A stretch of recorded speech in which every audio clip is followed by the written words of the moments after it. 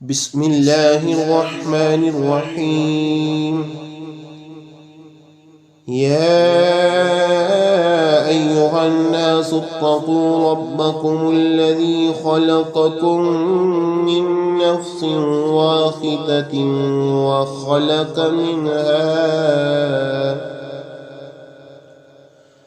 منها زوجها وبث منهما رجالا كثيرا ونساء، واتقوا الله الذي تساءلون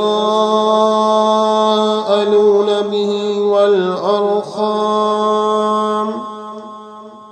إن الله كان عليكم رقيبا. وآتوا اليتامى أموالهم ولا تتبدلوا الخبيث بالطيب ولا تأكلوا أموالهم إلى أموالكم إنه كان حوبا كبيرا. وإن خفتم ألا تقسطوا في اليتامى فانكحوا ما طاب لكم من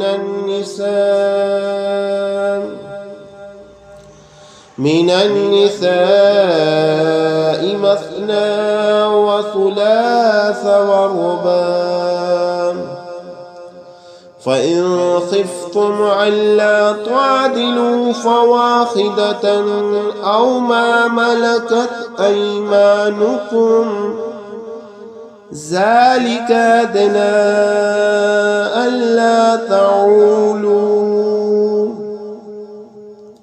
وآتوا النساء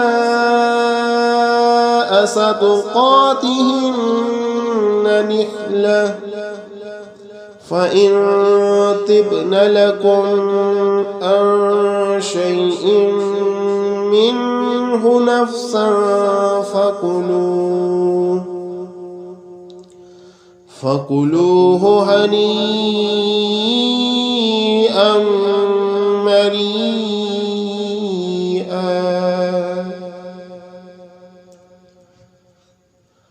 ولا تؤتوا السفهاء أموالكم التي جعل الله لكم قياما وارزقوهم فيها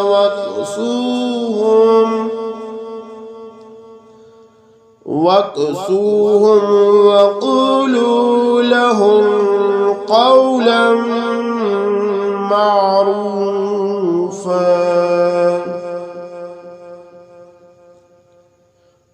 وابتلوا اليتامى حتى إذا بلغوا النكاح، فإن آنستم منهم رشدا فادفعوا إليهم أموالهم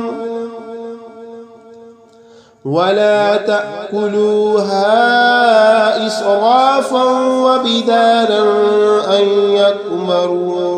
ومن كان غنيا فليستعفف، ومن كان فقيرا فليأكل بالمعروف.